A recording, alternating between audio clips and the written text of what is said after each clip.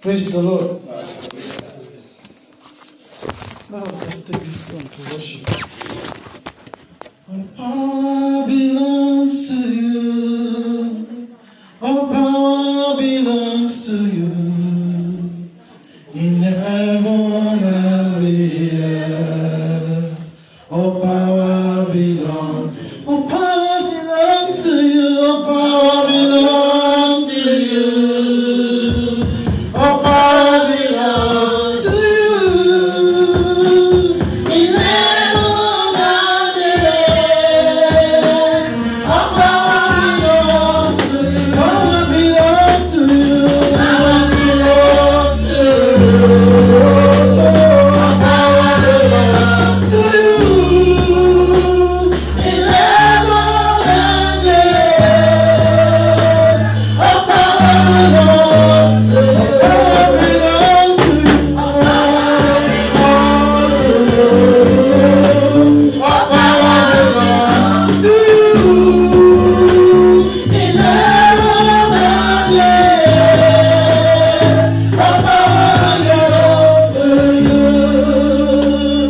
Lord, you are the Lord. Most High, yes, you are the Lord. Most High, you are the Lord. Most High, yes, you are the Lord. Most High. Praise the Lord. Praise the Lord. I remember when we can have our seat, please. I remember when I was made the president of my fellowship in school, and when we resumed, the first program we had was 2 midday musical concerts. And if you see what happened, without anybody preaching, just singing the songs, and by the time we start praying, they were just manifesting on their own. And then somebody within that manifestation became a target for deliverance. And having delivered, while being delivered, us students, that person was like, she said she was confessing because the spirit in her was talking.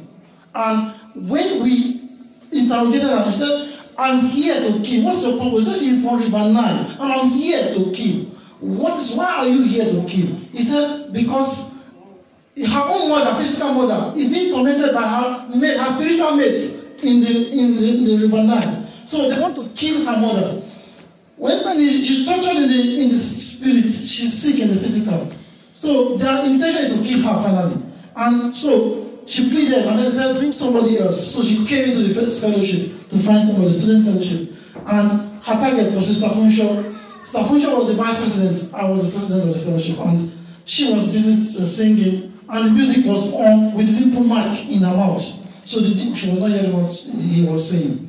And do you know that having cast out that spirit, the person I succeeded was, that time he was a College of Education. He had taken direct entry into University of Ife, and they came around that period. The second day, that was the second day, and he was there helping us for the deliverance. While I was there, helping to hold that girl down because she was throwing herself. And when that spirit was cast out, she became cool and calm. And she said, what will happen to my mother? We told her that your mother, nothing, if you, we asked her, what, because the man asked her, said, why have you not been able to kill Sister Funshaw this one? He said, because she is a Christian and she's prayerful. You see the power in God. We are the children of the Most High God. Hallelujah. You see, revival starts with us. Before it is spread, it must start. That's why I love what Pastor is doing. He values everybody who gives himself totally in this place to serve. And it is just the sky is just the limit. And you see yourself, if you really try to live a life that is holy, as God has called us to do, to cast out demons is just a child's play. It does not take anything. It's when we are not living a holy life that is when you will talk and the Spirit will be looking at you. He will be talking to you, you fornicator, you want to cast me out. He will be talking back to you. He can even reveal what you have done in the secret. Hallelujah. So let us just go back to what we have today. Go straight into what we have today. Jabez, the life of Jabez. If Jabez had not prayed, things wouldn't have happened in his life. But he called upon God, and that power that belongs to God changed things in his life, made things go the way he expected it. It wasn't as if Jabez was poor, because the Bible tells us that he was honorable. He was honored. The people honor him. Why will anybody honor a man?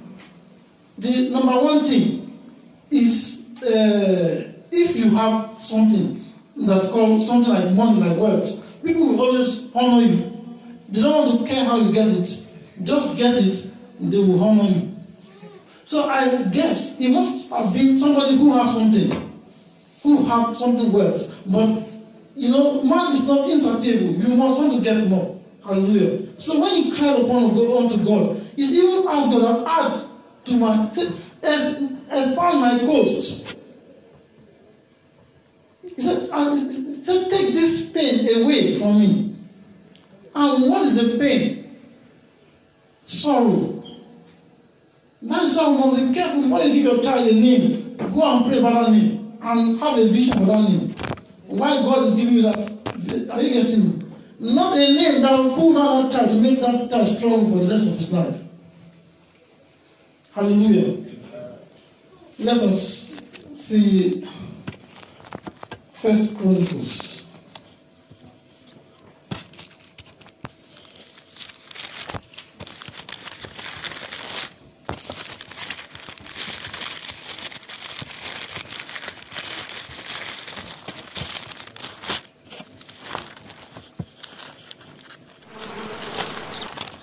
If you are there, read for me, please.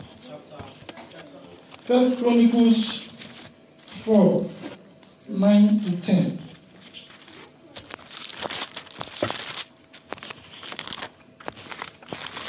Chapter 4, verse 9 to 10. And Jabez was more honorable than his brethren. What? And his mother called his name Jabez, saying, because I bear him with sorrow. And Jabez called on the God of Israel, saying, O thou wouldest bless me indeed, and enlarge my coast, and that thy hand might be with me, and that thou wouldest keep me from evil, that it may not grieve me. And God granted him that which he requested. Hallelujah. He said, oh, that thou would enlarge my coast. He asked for some other things like she has read. Then, if you look at what actually happened, he had a desire, a thirst for something that he lacks. Perhaps he lacks happiness. Because the mother was in sorrow when she had that child. And then she used her experience of pain, sorrow, bitterness to name that child. And then even though God still blessed that child, he was being honored by men because he had some things he could boast of that gave him that honor. And perhaps his character too, also part of what gave him honor. But he was living in pain. He was living in pain, serious pain. He never had satisfaction. And then he desired for a change. And he seek the face of God. His brothers honored him. His brothers honored him. But there was still a but in his life. That in his closet he would cry unto the Lord. Every time he would look at himself, he would perhaps want to pity himself. And he saw that he was never happy. And he cried unto God, and God did something. For a change to come, first of all, be dissatisfied with the present situation. If you are not satisfied with the present, if you are satisfied with the present situation, you will not call upon God. Hallelujah. You must, before change will come at all, you must first of all not be happy with your present situation. You see yourself as almost, that's why man is hardly being contented. But the Bible says contentment and godliness and contentment is great gain. Hallelujah. How is it quoted? Hallelujah. So he was never contented of the situation that he was into, because there was sorrow. Perhaps you see people happy, but something was missing in his life that was not giving him joy. That name he was carrying, sorrow, is his name. When they want to call him sorrow, although that's not the name, but it's the meaning of the name. Just like calling me sorrow, come here, and they will answer, yes, sir. It's not normal. It's not normal. The Bible says there's life and death in the power of our tongue. So, he was never happy. And there was a boss in his life that he was contended with, he was fighting with. He was very, very not satisfied with the situation. And there was pain. When everybody moves around, he is not happy. When he sees people around him, he is never happy. And perhaps maybe certain people, he's even using it to abuse him. So he was never happy. He was unsatisfied. And so he cried upon God, unto God. So we express desire for more. So we must express our wants or desire to have something before God. Whatever we need before God, we ask. Because man is always in need. His need is insatiable. You can never satisfy the needs of man. If he hit his first $1 million, he will celebrate. He will look like, before he will get it, he will tell himself that if I can get that money, I will never work in my life again. But let him get that money. You sit down and then you intensify your hustle. You go want to get more, you know. So man is never satisfied. You cannot. That's why big dreams will come in that will even take times 100 of that money that you have. So you want to fight more to get those money, to get those needs. So that's, as a result, his needs is never satisfied. You know. So not to talk less of when he's not bearing the name sorrow. Even though he has money, he's not happy. Hallelujah. And then he cried upon God. So we must first of all express desire. Desires are granted when we do the following. When we do the following that we are going to talk about, we start getting our desires granted. You know, we must, even God have asked us that we should ask and it shall be given. Seek and ye shall find. Knock and the door shall be opened unto you. That's Matthew 7:7. But before, yes, let us go to that. Matthew 7:7 says, ask and it shall be given. Can we open it, please? Those are 3 levels of asking. You know, the Bible says when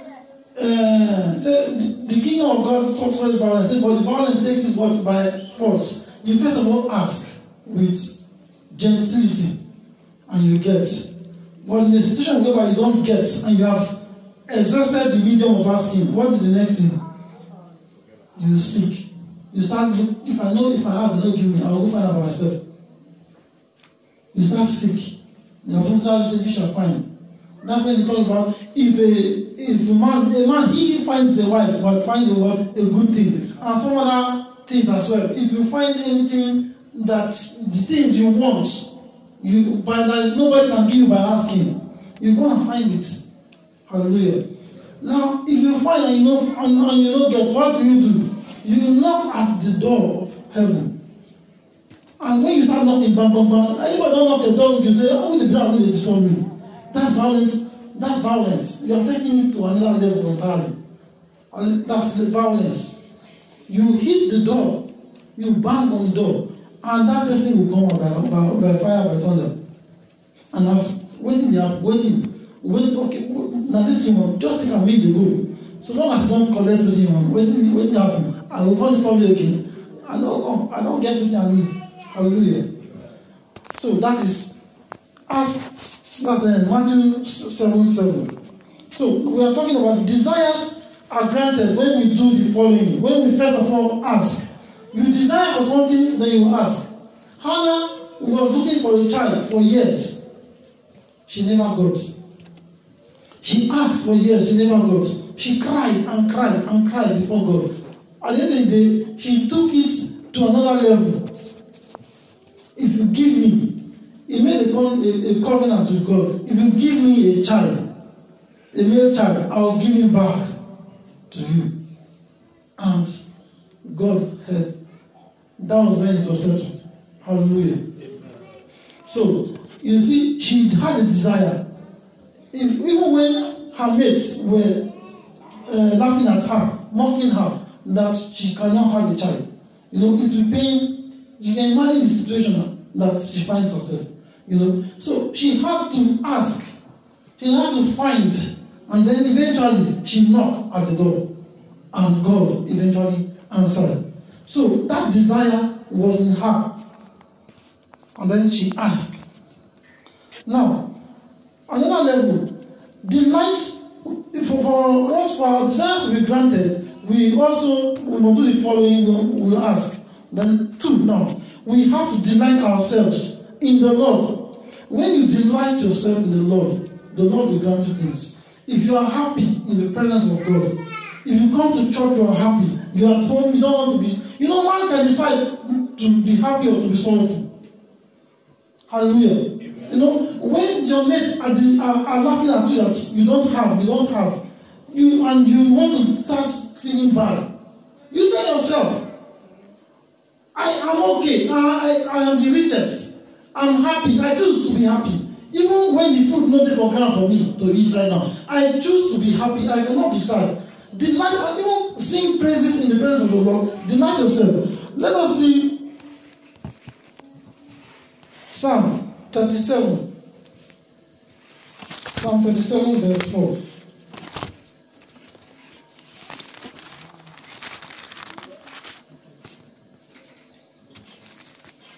Psalm 37 verse 4.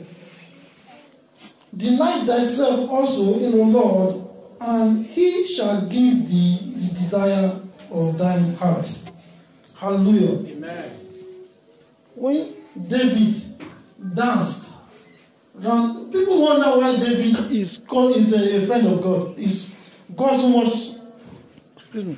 He's one of those people that God so much cherished, so much that you understand. But David committed all sorts of atrocities. Took somebody's wife. There's nothing he didn't do. He killed.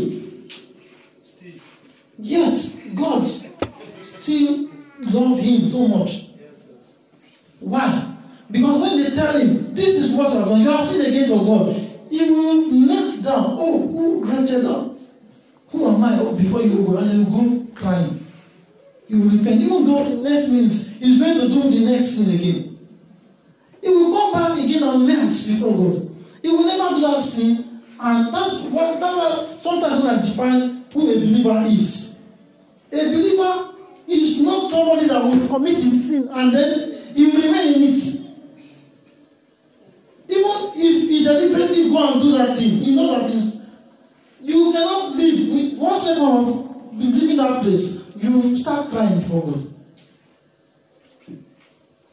I had a fellow sister when we got born again in our secondary school. When she fornicated, see her house, see our house. As she was coming back from the boys' house, passing her house, she couldn't go into her house. She came to our house crying. When did you make it a cry? It took her 30 minutes before she started talking. I just committed sin. What is the sin? She just went to commit fornication. That is a person who is born again. She cannot, even though she feels like doing that sin, she has not to do it, she has satisfied herself. Leaving that place, she sees, oh wretched person, who wretched me, who am I? I cannot stand before God. If Christ come now, I cannot make heaven. She melted. And she couldn't forgive herself. That's why the Bible says, commit Said, confess your sin one to another. Why? Because certain people cannot forgive themselves. That's why they will come and confess to fellow believers. Hallelujah. After they confess, that time the thing will go out of their mind. Hallelujah. So, delight thyself in the Lord. And let me go back there. 37:4. 37:4. Delight yourself in the Lord, and He will give you the desire of your heart. Of your heart. Hallelujah. So, now, and also let us see Isaiah 58, verse 14. Isaiah 58, 14.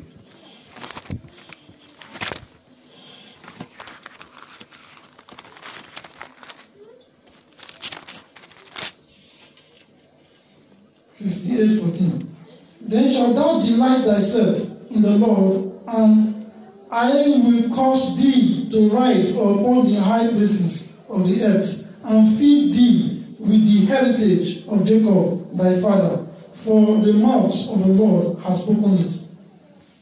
You ride in high places. You know, when God enlarges your coast, there's nothing you cannot have. There's no place you cannot go. Even you will stand before kings and not before me men. Hallelujah. As yet a man diligent in his business, he will stand before king and not before me men. When God enlarges your coast, hallelujah, there's nothing that you cannot do. You will go places. Jabez found himself in this situation. And we are looking at some of these things now. Not just looking at Jabez's life alone, but what does the Bible says in order to enlarge your coast? Because the topic of what we are talking about today is enlarge my coast. Enlarge my coast. We are using Jabez as a foundation to look into what God is saying in enlarging our coast. Let me quickly round up. Now, let us also see now the third part of it. When we desire, desires are granted when we do the following things. We have seen ask and delight yourself in the Lord, and then when we put faith in the word of God, when we put faith in the word of God, things will start happening. The Bible says, if a man have faith like a seed of mustard, mustard is the smallest seed of plants that you can plant in the ground that will grow. So as small as that seed is, if your faith is so tiny, you can tell that mountain to move and to move. You know, there's one, what is it called? One literature we read in WAEC, when we were writing WAEC. And that literature is called The Franklin's Tale. There's this woman that her husband traveled to overseas to fight for greener pasture. And one man started going after the woman when the man has traveled. And the woman will show her, say, I'm married, stop disturbing me. The man will say, please, he cannot think of any other thing than her. The man keeps pushing, so the woman is fed up of the man coming. And then he gave him some what is it called? Task. That if you can achieve this task, then I will fall for you. Say, what is the task? He said, because when said those days people travel through the ship on water, and so when they are coming, the port is full of rocks. Some of the rock is underwater, but it's not deep. So when the ship comes, they hit it, it will capsize and they perish. So she wanted some of them are outside of the water. Said, go and remove those rocks. All those rocks that you see, big mountain inside the water that comes out as an island. Say, if you can remove those mountains, then I'll fall for you. So that when my husband is coming, he will not perish. If you can remove those mountains, and that water, it remains only water, then I can fall for you. The man went back sorrowful. And then somebody asked him, what is your sorrow? Why are you sorrowful? He said, that's a story, it's novel that we read to write to our head. Why are you sorrowful? He said, I'm sorrowful because look at this woman, I'm so lovely, although she's married, but I don't know, I can't think any other thing, and I cannot do without her. I must have her. But unfortunately for me, look at the task. Haven't disturbed her for many years. So the man said, that's why you said, don't worry, I'll take you somebody. He took him to a soothsayer, a babalawo, who did the miracle for him. And the babalawo said, if you do that job, this is my price. He said, I will pay it.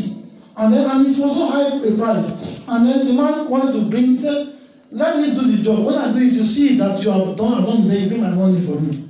And then the man went into the job. And if you finish the job, and to his surprise, truly the mountain was removed. And the woman, that period of time, the woman's husband was coming.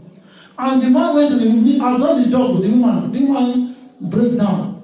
And the husband was coming and said, wow, why are you crying? He will never satisfy.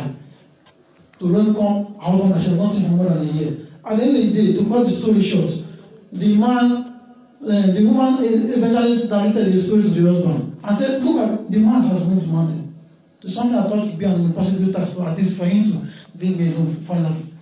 And then the man was sorrowful. And then at the end of the day, he said, go and you have vowed, go and fulfill your vow. And the woman left. It was a good carnal, but what am I trying to derive from it is that desire, what the man desired, through desire, he got what he wanted. So when the woman now went to meet the man knew that the woman's husband has come. He said, what did your husband say? He said, I've told you the story, and he said, since I've vowed that you should come. And the man felt so bad and said, I can't do that. He said, go back to your husband because your husband is sorrowful. And then when he went back to the husband, they asked us, who is the greatest hero among these three of them? The woman, the man, the husband, and that man. And then you four, and then the babalawo. If you say any one of them, you say, it depends on your argument. You quote the scripture, the book itself, to argue your point out. Are you getting me? You know, in law, it's your ability to argue and quote facts down before you can win your case.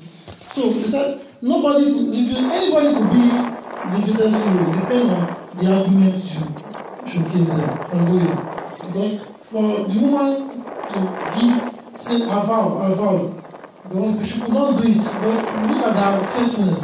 For the husband to say, okay, release because we vowed, and look at this, and the man will, you understand? And then for the man to want to pay, the father will say, don't pay, since you could not have the woman. You understand? So much things like that. So what am I saying? The desire of our hearts can get us to do anything. But make sure that thing you want to do is within the context of holiness, that you will not sin against God. Hallelujah. When we put faith in the word of God, things happen. So that's the final one. That was the Mark 11:24. Mark 11:24.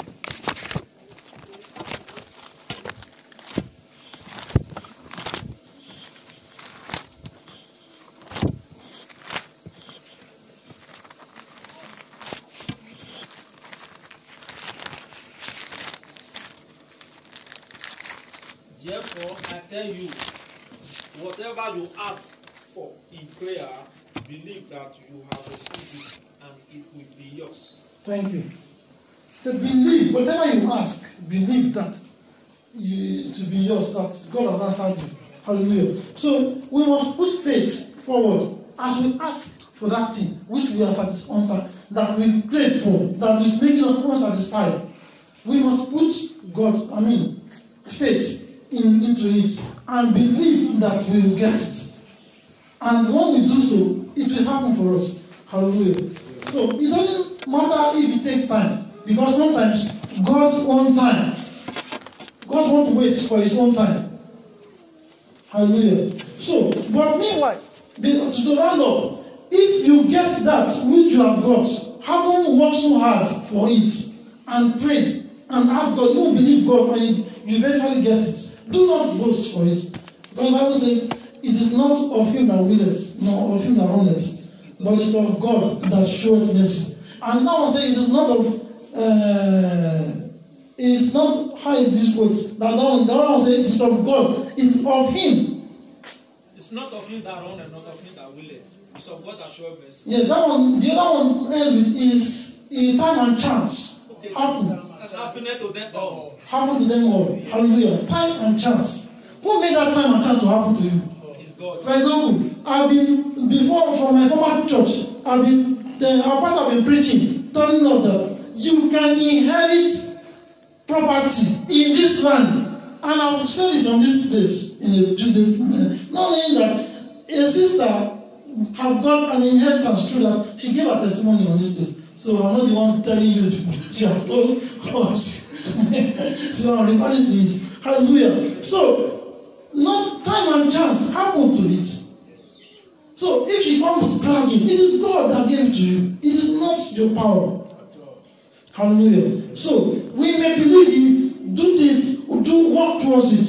Who gave you that power to work? It's God. Who gave you good health to work? It's God. It's not somebody that is born blind. It's not somebody that is born disabled. Or, someone can sing like Two-Face, can sing more than Blackface. Mm-hmm. And then he has said, Blackface don't come for markets. Two-Face did it as we talk. Who gave them that capability? It's God. Hallelujah. Even though sometimes your faith work for you, but it's God that help you. Hallelujah. God bless you.